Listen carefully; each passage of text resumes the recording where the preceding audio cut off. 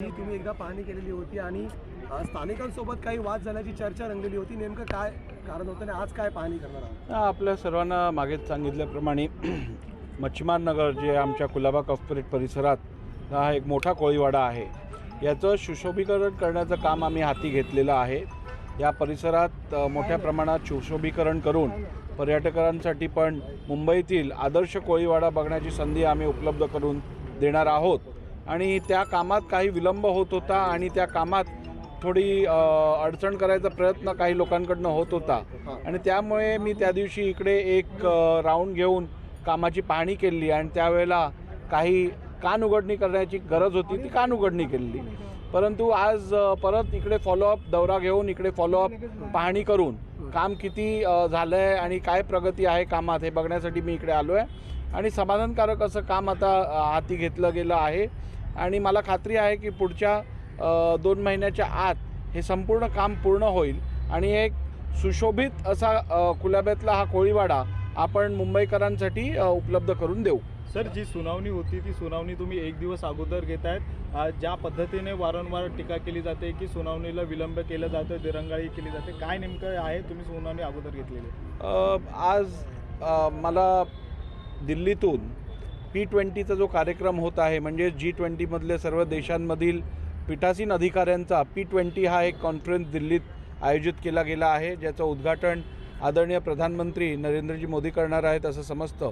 आणि त्या कार्यक्रमाचं आमंत्रण आलं असल्यामुळे मला त्या कार्यक्रमात उपस्थित राहणं आवश्यक असल्यामुळे मी हा कार्यक्रम 13 तारखेला आहे. 13 तारखेला जी सुनावणी ठेवलेली ती मी आता 12 तारखेला घेत आहे आणि त्यामुळे मला ह्या विषयात कुठच्याही प्रकारची दिरंगाई करायची नाही आहे आणि लवकरात लवकर निर्णय घ्यायचा आहे.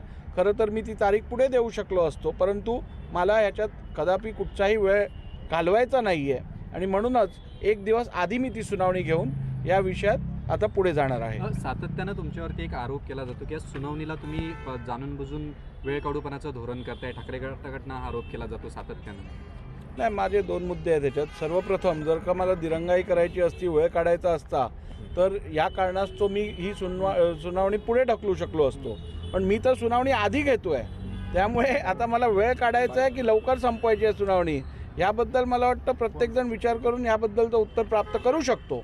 आणि ज्या टीका होत आहेत, जे बोललं जातं आहे, जे आरोप केले जात आहेत, त्याच्या पाठचा हेतू काय हे मला संपूर्णपणे माहिती आहे. परंतु अशा टीका टिप्पणीतून माझ्या निर्णय प्रक्रियेवरती कोणताही फरक पडणार नाही आहे. जी लोक हेतुपुरस्पर हे आरोप करत आहेत त्यांना कदाचित या संपूर्ण निर्णय प्रक्रियेवरती प्रभाव टाकायचा असेल आणि म्हणून असा प्रकार ते करत आहेत.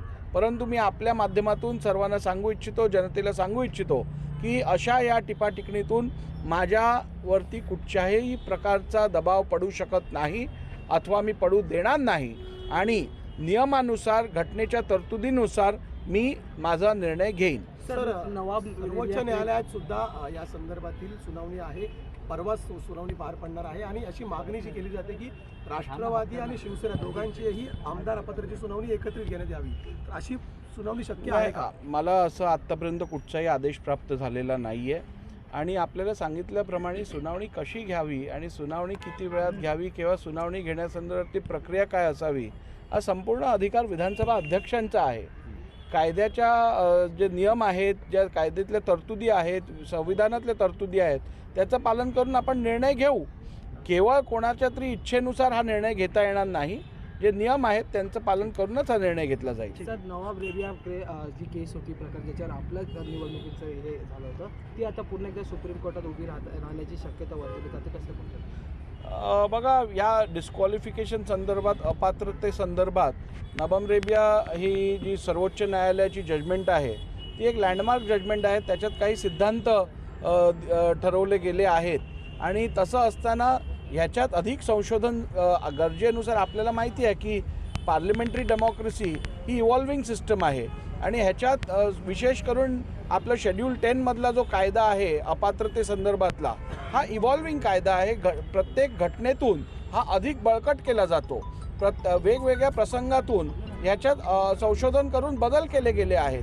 10 वर्षापूर्वीचा डिस्क्वालिफिकेशनचा कायदा शेड्यूल 10 मधला हा कितीतरी कमजोर होता, आता तो अधिक बळकट केला गेला आहे आणि आत्ताच्या परिस्थितीतून मला खात्री आहे की ह्यातून संशोधन करून सर्वोच्च न्यायालयाच्या गाईडलाईन्स असतील किंवा पार्लमेंटमध्ये चर्चा होणं अपेक्षित असेल तर ती होऊन मला निश्चित खात्री आहे की ह्याच्यात योग्य त्या बदल किंवा कायदा अधिक बळकट करण्यासाठी तरतुदी केल्या जातील. तुमचा निर्णय हा महाराष्ट्राच्या राजकारणाला दिशा देणाराच असेल? माझा निर्णय हा महाराष्ट्राच्या जनतेला न्याय देणारा असेल. ठीक